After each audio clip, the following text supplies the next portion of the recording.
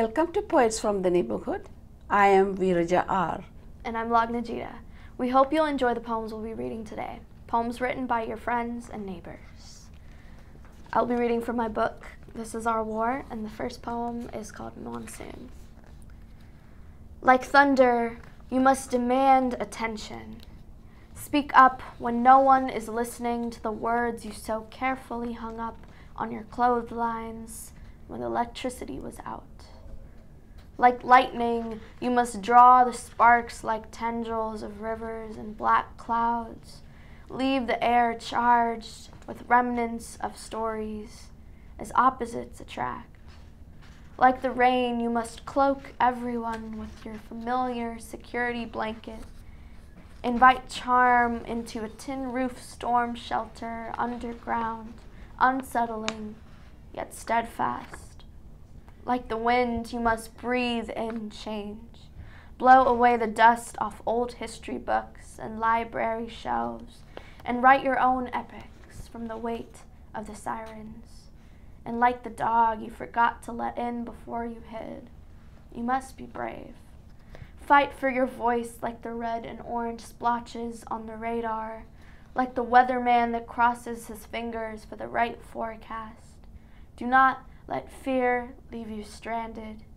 Do not let the monsoon keep you from running after the sun. Waves, a poem written by me. What's with the white sand that melts away right under our feet, into the arms reaching out from the blues of the depths, leaving all or no traces behind?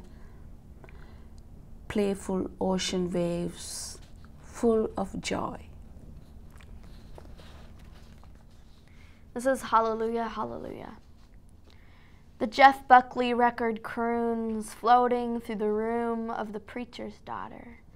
It almost drowns out the sound of screaming voices at the bottom of the stairs. Soon she will be living with her mother.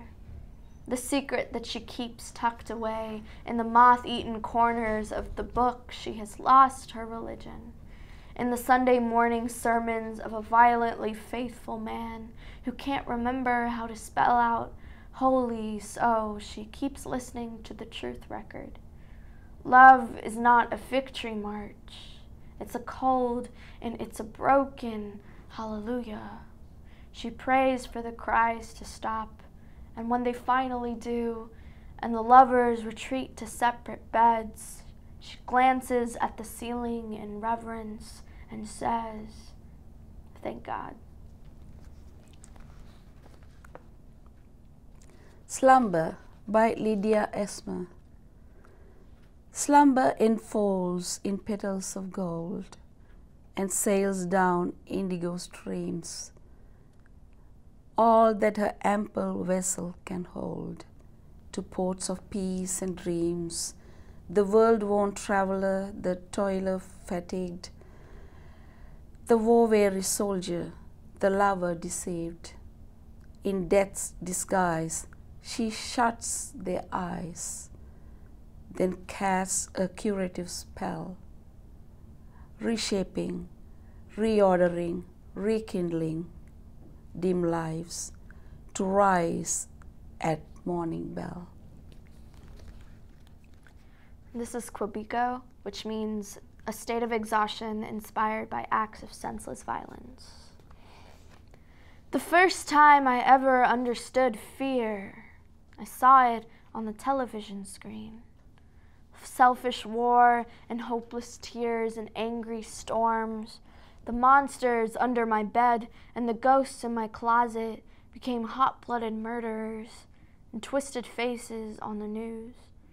The childhood bullies on the playground turned into the most wanted list in old crime show reruns. I would run to my room every night, afraid of the faces lurking in the dark, shaking at the thought of the real world.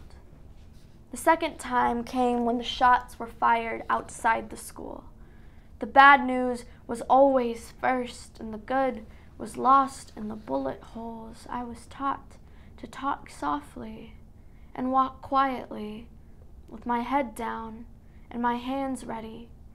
They told me there would be no one to save me from the bad guys because they were all around me and in the people I knew, and the last time was today, when I realized that I was alone on the front lines fighting the war of growing up, and that the only enemy worthy of a victory was myself.